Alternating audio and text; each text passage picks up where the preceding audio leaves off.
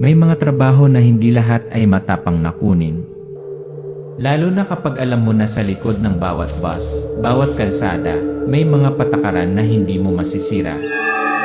Ang mga patakaran ay hindi lamang para protektahan ang iyong buhay, kundi pati na rin upang maiwasan ang mga bagay na hindi kabilang sa mundong ito mula sa pagtawid sa linya.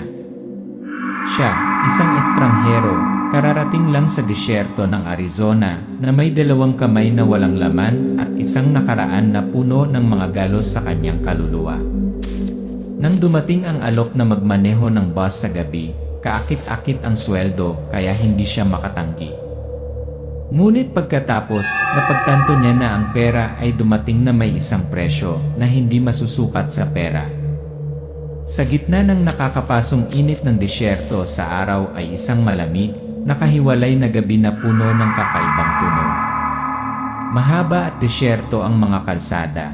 Ang mga headlight lang ng lumang bus ang kumikinang sa ilalim ng mabituing kalangitan na kumikinang ngunit malamig hanggang sa buto.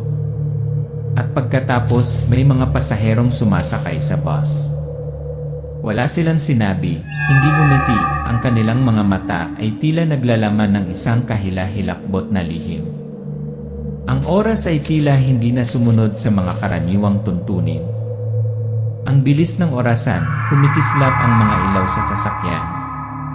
Isang panalangin ang bumulong sa kanyang lalamunan, tulad ng isang marupok na boya sa madilim na dagat ng gabi. Ang bawat paghinto ay isang hindi masisira na milestone. Ang bawat panuntunan ay isang hindi nakikitang pader laban sa kadiliman na nakatago doon.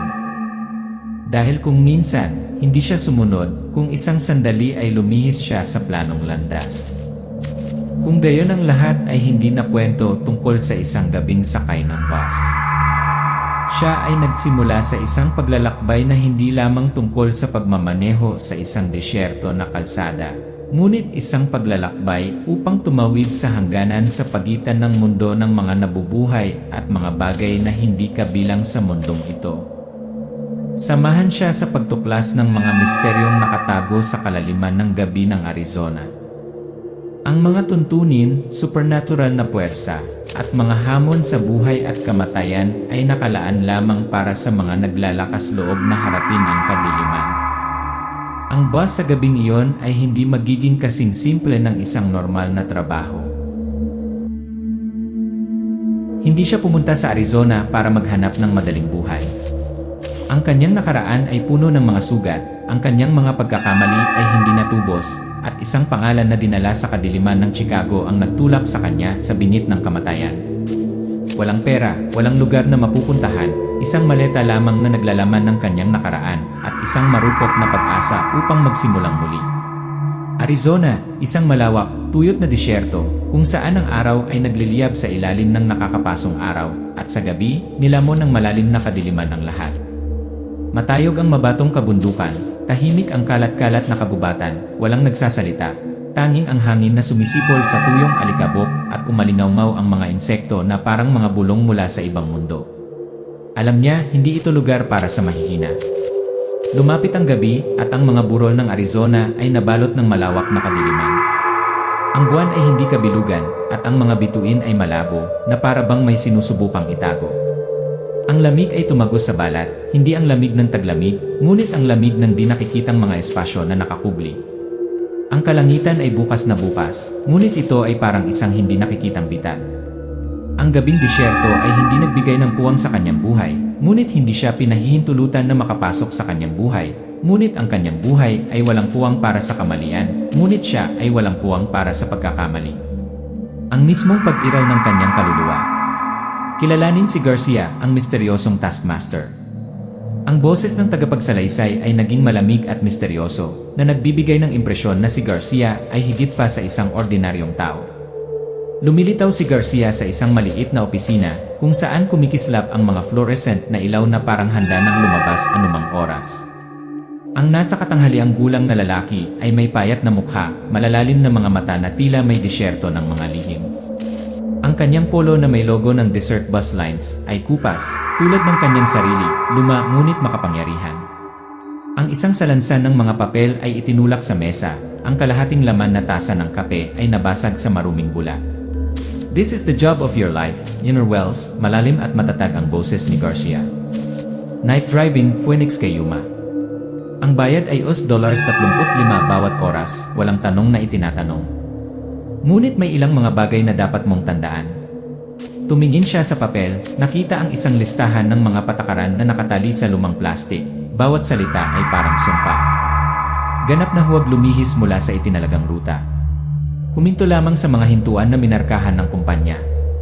Kung kumikislap ang mga ilaw sa sasakyan, bigkasin kaagad ang ibinigay na panalangin. Huwag huminto sa pagitan ng 2 at 4 para sa anumang kadahilanan. Itinuro ni Garcia na parang sinaunang lihim ang ibinibigay niya, hindi simpleng tuntunin sa trapiko. Ang kanyang mga mata ay kumikislap ng isang seryosong liwanag, na para bang binabalaan siya na ang isang maliit na pagkakamali ay maaaring humantong sa isang hindi maibabalik na kapahamakan. Nakaupo siya ng tahimik, ang kanyang mga mata ay nagbabasa ng mga salita sa papel na para bang nagbabasa siya ng kakaibang kasulatan.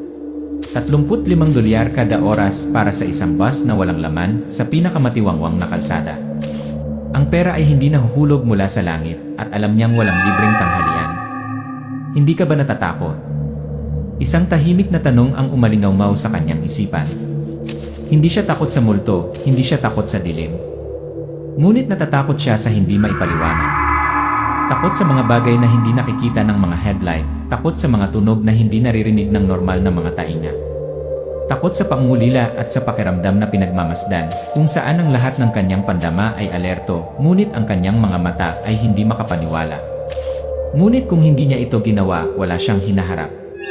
At sa disyerto ng Arizona na ito, isa lang ang pagpipilian niya, sumakay sa bus na yon, tanggapin ang mga kakaibang alituntunin at magsimula ng paglalakbay na walang hahantong.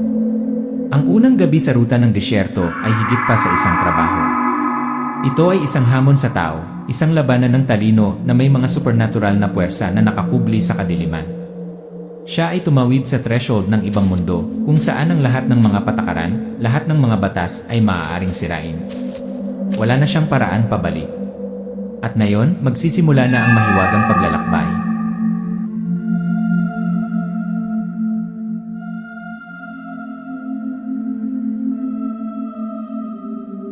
Noong gabing iyon, ang mga headlight ay parang pilak na mata na sumisilip sa ambon ng disyerto ng Arizona.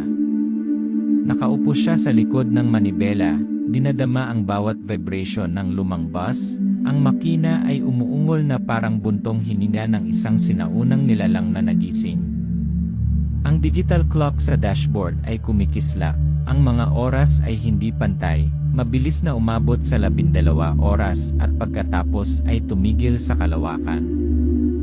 Ganap na walang boses, walang tunog maliban sa tunog ng mga gulong na gumugulong sa aspalto. Ang tanawin sa labas ay sobrang nakakapanghina. Makapal ang kapaligiran sa sasakyan, tahimik na gumagapang ang isang bagay na kakaiba. Sumakay ang mga pasahero sa bus, tahimik at misteryoso. Ang unang sumakay sa bus ay isang babaeng nasa katanghaliang gulang na nakasuot ng blusang nurse. Magaan ang paglalakad ngunit malamig ang mga mata, nakatingin sa bintana na parang gustong tumakas sa mismong lugar na ito. Hindi siya umimik ni ngumiti. Sumunod ay ang isang binata na naka-headphones. Ang kanyang mga mata ay nananaginip na para bang siya ay nawala sa pagitan ng dalawang mundo. Hawak ng isang matandang lalaki ang isang lumang bag na katad. Ang kanyang mukha ay kulubot, ang kanyang malalalim na mata ay nakatitig sa harapan, ngunit walang anumang buhay na liwanag. Walang sinuman sa bus ang nagpapalitan ng mga salita, ni isang pagbati, tanging katahimikan na parang hindi nakikitang pader na nakaharang sa lahat ng emosyon. Ang bawat tao ay umupo sa pre-assigned na posisyon, na para bang pamilyar sila sa misteryosong paglalakbay na ito sa mahabang panahon. Banayad at digital na orasan, abnormal na oras. Biglang kumikislap ang mga ilaw sa sasakyan, ang mga ilaw sa kisam ay tila kumikislap ng hindi tama. Ang digital na orasan sa dashboard ay nakabukas at nakapatay at pagkatapos ay tumakbo pabalik, na nagparamdam sa kanya na ang oras ay umuunat o kumukurot. hindi sumusunod sa anumang mga patakaran. Tinapik niya ang dashboard, na nag-iisip sa sarili, ito ay dapat na isang teknikal na problema. Ngunit ang mabigat at malamig na pakiramdam sa espasyo ay hindi maipaliwanag ng mga normal na pangyayari. Mga refleksyon sa salamin, hindi tugma. Pagtingin niya sa rearview mirror, binilang niya ang bilang ng mga pasahero sa loob ng sasakyan, pero ang kakaiba, hindi tumugma sa dami ng tao ang nakareflect sa salamin sa mga nakaupo sa upuan. 12 tao ang nasa sasakyan, pero 11 lang ang naaninan. Bahagyang nanginginig ang kanyang mga kamay, mas bumilis ang tibok ng kanyang puso nang mapagtanto niyang hindi ito nagkataon. Pakiramdam niya ay may isang bagay na hindi niya kontrolado ang nakatitig sa kanya, binabantayan ang bawat kilos niya. The faceless figure on the roadside, isang nakakatakot na hitsura. Habang lumipas ang kotse sa isang milestone sa mile marker 67, biglang nahagip ng mga headlight ang isang silhouette na nakatayo sa gilid ng kalsada. Ang figura ay matangkad, payat, walang mukha, isang blanko lamang na puting espasyo kung saan dapat naroon ang isang mukha. Tumingin siya sa likod ng malapitan, tumigil ang kanyang puso. Ang figura ay hindi gumagalaw, hindi gumanti, nakatayo lamang ng tahimik sa malawak na kadiliman. Nakita niya, isang malambing na boses mula sa likuran ang bumulaga sa kanya. Ibinaling niya ang kanyang ulo, ang katutubong babae, si Clara, na may pilak na buhok na nakatali sa isang tirintas, matalas na mga mata na tila nakikita sa kanyang kaluluwa. Kalmado ang kanyang mukha, ngunit ang kanyang mga kamay ay nakahawak sa upuan na parabang nilalabanan ang psikolohikal na bagyo sa loob. Ano ang nakita mo? Tanong niya, sinusubukan niyang maging mahinahon ang boses. Hindi siya sumagot, tumango lang siya ng marahan at isinandal ang ulo niya sa bintana, na parabang ayaw na niyang banggitin pa. Panalangin, anting-anting sa dilim. Mas matindi ang pagkislap ng mga ilaw sa sasakyan, sa pagkakataong ito ay halos 1 minuto. Kinapan niya ang kanyang bulsa, binunot ang prayer card na ibinigay sa kanya ni Garcia, ang mga sinaunang karakter, hindi maintindihan. Tahimik niyang binibigkas ang panalangin, sinusubukang panatilihing matatag ang kanyang espiritu sa bawat nanginginig na pantig. Sa sandaling lumipas ang huling pangungusap, ang liwanag ay naging matatag. Ang kapaligiran sa kotse ay tila tumahimik, ngunit ang mga panandaliang larawan ng maputla, walang tampok na mga mukha ng mga pasahero ay sumasagi sa kanya. Lumingon si Clara, nakatingin sa kanya ng seryoso. Ang bilis mong matuto. Kakailanganin mo ito. Ang sasakyan ay nagpatuloy sa pag-ikot sa kadiliman ng disyerto. Ang mga buntong hininga ng hangin ay umaalingaw-ngaw sa mga daing ng isang di nakikitang puwersa. Alam niyang simula pa lamang ito. Mga misteryo, hamon ang naghihintay sa kanya, at sa bawat sandali na lumilipas, mas lalong tumindi ang pakiramdam na napapaligiran siya ng dilim. Ang unang shift ay higit pa sa isang trabaho. Ito ay isang paglalakbay sa hindi maipaliwanag, kung saan ang linya sa pagitan ng katotohanan at bangungot ay nagiging napakarupok na madaling masira.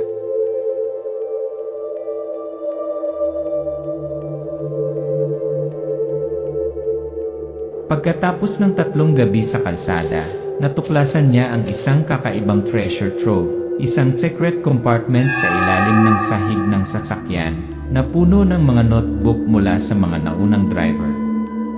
Ang bawat pahina ay nakasulat sa isang nanginginig, nagmamadaling kamay, tulad ng isang pagsusumamo sa kadiliman.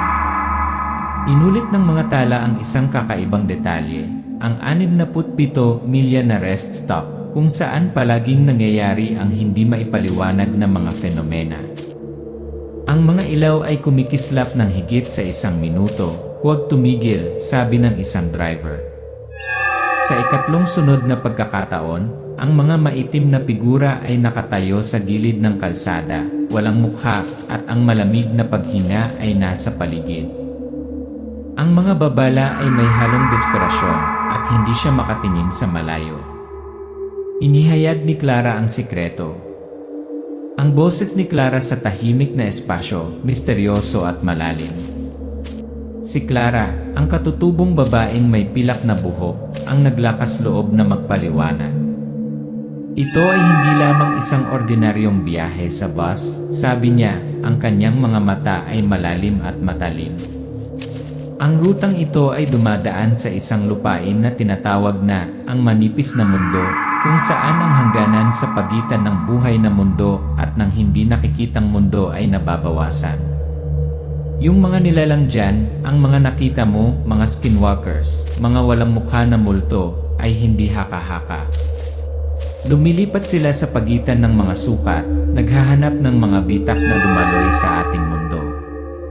Ang mga patakaran, ang mga nakapirming paghinto, ang mga panalangin, lahat ay mga hadlang, mga pattern na pumipigil sa ating mundo mula sa pagkawatak-watak. Tumingin sa kanya si Clara, ang boses nito ay mahinang umaalinggaw sa malamig na espasyo. Baliin mo sila at magiging gulo ang lahat. Kaguluhan. Ang salungatan sa pagitan ni Garcia at ng kinatawan ng kumpanya. Ngunit ang kwento ay hindi lamang tungkol sa supernatural. Isang lihim na digmaan ang nagaganap sa pagitan ni Garcia, isang matibay na tagapagtanggol ng schedule at ng kinatawan ng kumpanya, isang mahusay na bihis na giyelong lalaki. Kailangan ng paghinto, sabi ng lalaking nakasuot ng suit, malamig at mapagpasyang boses. Kahusayan, pagtitipid sa gastos, at pag-angkop sa paglago. Sagot ni Garcia, mabigat ang boses niya sa pagod at tensyon. Yung mga paghinto ay pumipigil sa mga bagay na masira. Ito ay hindi lamang tungkol sa pera. Tungkol ito sa buhay. Ang debate ay kasing tindi ng isang di nakikitang labanan sa pagitan ng materyal na mundo at ng tahimik na kadiliman sa pagitan ng kita at kaligtasan. Nitong mga nakaraang gabi, isang misteryosong figura ang sumusunod sa tren, isang lalaking nakasuot ng itim na suit na may napakalawak na ngiti, kumikinang ang mga ngipin na parang mga labaha. Ang kanyang hitsura ay hindi ganap sa mundong ito.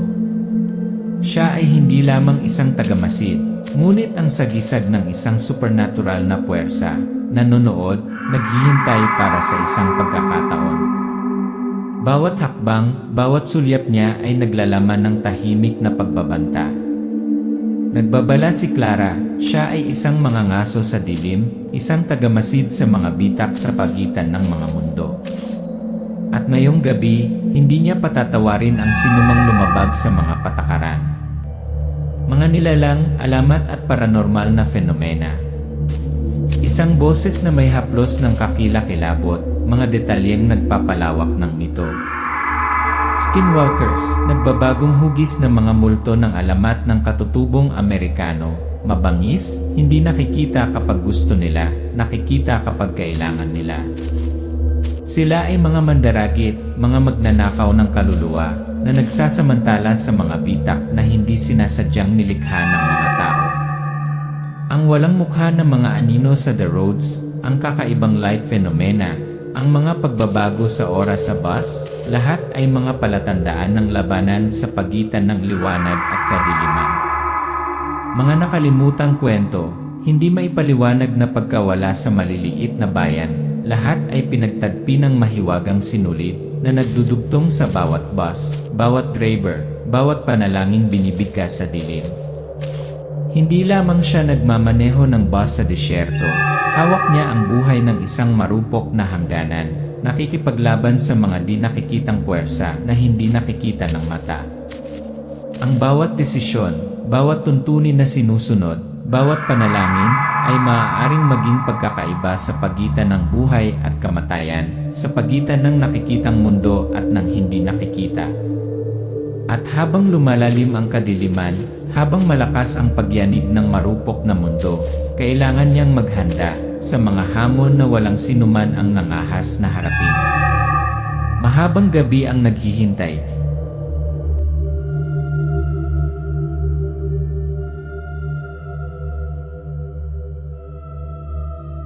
Nang gabing iyon, nang hindi sumikat ang kabilugan ng buwan, ang disyerto na kalangitan ay naging itim, na para bang isang hindi nakikitang kurtina ang bumabagsak, na sumasakop sa buong kalawakan.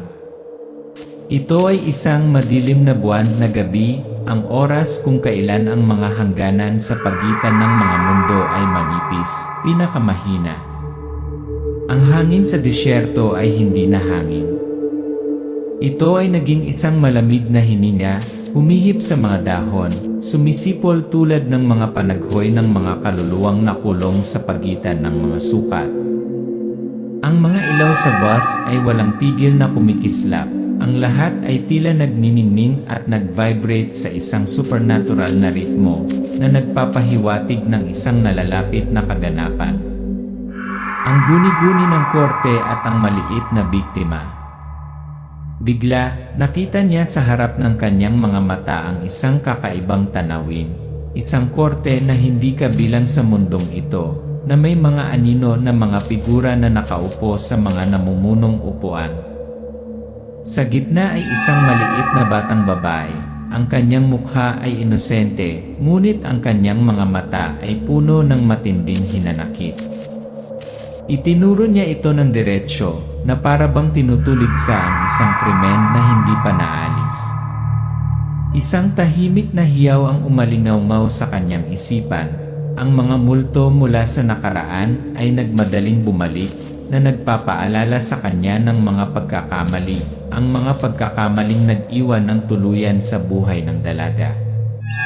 Paghahanda ng ritual, ibigay ang proteksyon na bagay at ang simbolo na kutsilyo. Ang boses ng tagapagsalaysay ay naging solemn at formal. Sa tahimik ng karwahe, naghahanda sina Clara at Garcia para sa pinakamahalagang ritual. Bumunot si Clara ng kutsilyo na ang talim nito ay nakaukit ng mga sinaunang simbolo, kumikinang na pilak sa liwanag. Ibinigay sa kanya ni Garcia ang isang kwintas, isang proteksyon na bagay na gawa sa itim na quartz, na ginagamit upang pigilan ang isip na maimpluwensyahan ng mga puwersa sa labas. Ngayong gabi, ikaw ang magbabantay sa hadlang sa pagitan ng mga mundo, sabi ni Garcia, puno ng determinasyon ang kanyang mga mata. Ibabalik ng ritual na ito ang hangganan, na maiiwasan ang panghihimasok. Bumubulong si Clara ng mga sinaunang mantra sa isang wikang hindi nauunawaan ng sinuman. Ang bawat salita ay umuukit sa hangin, na bumubuo ng isang proteksyon na bilog sa paligid ng karwahe. Ngunit sa loob niya, hindi maaalis ang panghihinayang. Parang multo ang nakaraan, bawat sandali na nagpapahirap sa kanya sa mga pagkakamali, sa mga pagkakataong pinili niya ang maling landas, ang mga taong iniwan niya. Karapat-dapat ba akong protektahan sila? Pagtataka niya, nagniningning ang kanyang mga mata sa kontrahan sa pagitan ng proteksyon sa sarili at responsibilidad. Ang batang babae sa guni-guni ay hindi lamang isang hindi kilalang biktima, kundi isang simbolo din ng mga bagay na hindi pa natutubos, isang masakit na paalala ng pagkawala at responsibilidad na bayaran ang presyo. Isang karera laban sa oras at mapanganib na mga pagpipilian. Ang digital na orasan sa dashboard ay tahimik na lumalapit sa 2 ang walang tigil na oras, ang pinakamapanganib na oras ng paglalakbay. Bawat panandali ang desisyon ay maaaring magbago hindi lamang sa kanyang kapalaran, kundi maging sa kapalaran ng buong komunidad na pinaglilingkuran ng boss. Ang deliberasyon, suspense, at pressure ay mabigat sa bawat paghinga. Dapat siyang manatili sa schedule, hindi pinapayagan ang kanyang sarili na lumihis ng kahit isang minuto. Ang bawat segundong lumilipas ay isang labanan para sa kaligtasan ng mga hindi nakikitang puwersa na naghihintay na makalusot sa proteksyon na hadlang. Maaari ba siyang makaligtas sa madilim na gabing naliliwanagan ng buwan, panatilihin ang boss sa pagitan ng 2 mundo, at harapin ang mga multo sa kanyang sarili? Ang madilim na gabi na naliliwanagan ng buwan ay hindi lamang isang gabi. Ito ay isang nakamamatay na pagsubok, ang huling labanan sa pagitan ng liwanag at kadiliman. At siya, ang driver ng bus sa disyerto ng Arizona, ay humahakbang sa panimulang linya ng walang katapusang labanan na iyon.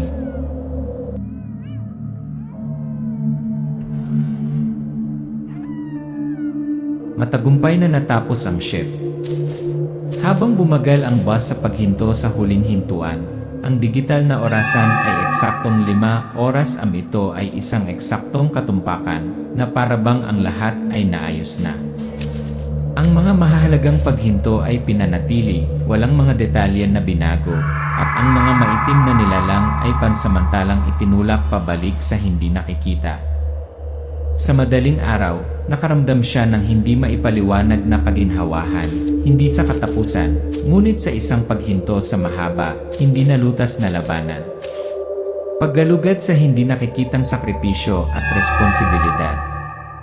Hindi lang siya isang ordinaryong driver, may hawak siyang hindi nakikitang responsibilidad, isang sakripisyo na hindi alam ng mga tagalabas. Ang bawat paglalakbay, bawat panalangin, ay isang di nakikitang pader na nagpoprotekta sa komunidad mula sa kadilimang pumapasok. Ngunit iyon din ang nagpapahiwalay sa kanya, dala ang pasanin ng mga lihim na hindi maibabahagi. Ang tahimik na sakripisyong ito, hindi lamang pinoprotektahan ang mga tagalabas, kundi pinoprotektahan din ang sarili niyang kaluluwa mula sa lamunin ng kadiliman. Ngunit hindi maikakaila ang kasaysayan. Ang mga nawawalang numero sa bayan, ang mga mahiwagang kaso na walang kasagutan, lahat ay naugnay sa paglabag sa pattern ng schedule, ang mga patakaran na itinatag sa mahabang panahon.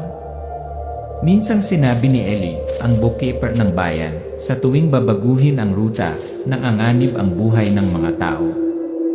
Iyan ay hindi isang bulong-bulungan, ngunit isang babala sa mga hindi nakakaunawa sa tunay na kapangyarihan ng mga patakarang ito. Ang relasyon sa pagitan ng mga tao, ang supernatural at ang kasaysayan ng ruta. Ang kasaysayan ng ruta ay hindi lamang kwento ng mga bus na naglalakbay sa disyerto. Ito ay ang intersection sa pagitan ng mundo ng tao at ng di nakikitang mundo na napanatili sa loob ng maraming siglo ng mga taong tulad ni Garcia, Clara, at ngayon siya. Ang henerasyon sa henerasyon, mga kwento, alamat at mga responsibilidad ay ipinapasa na bumubuo ng isang walang katapusang bilog kung saan ang mga tao at ang supernatural ay magkakasamang nabubuhay sa isang marupok na balanse. Tumingin si Clara sa kanya, ang kanyang mga mata ay malalim at puno ng mga lihim, at sinabing, hindi pa tapos ang paglalakbay na ito, at hindi ka maaaring sumuko. Si Garcia, na may luma ngunit determinadong hitsura, ay nagbigay diin, ang balansing ito ay marupok. Isang maling hakbang at lahat ay maaaring gumuho. Alam niya na, sa kadiliman ng disyerto ng Arizona, walang huling hantungan. Mayroon lamang mga paglalakbay, panuntunan, at di nakikitang puwersa na laging nakakubli. At siya, ang driver ng bus sa gabi, ay magiging bantay pinto sa pagitan ng dalawang mundo, isang anghel na tagapag-alaga sa kadiliman.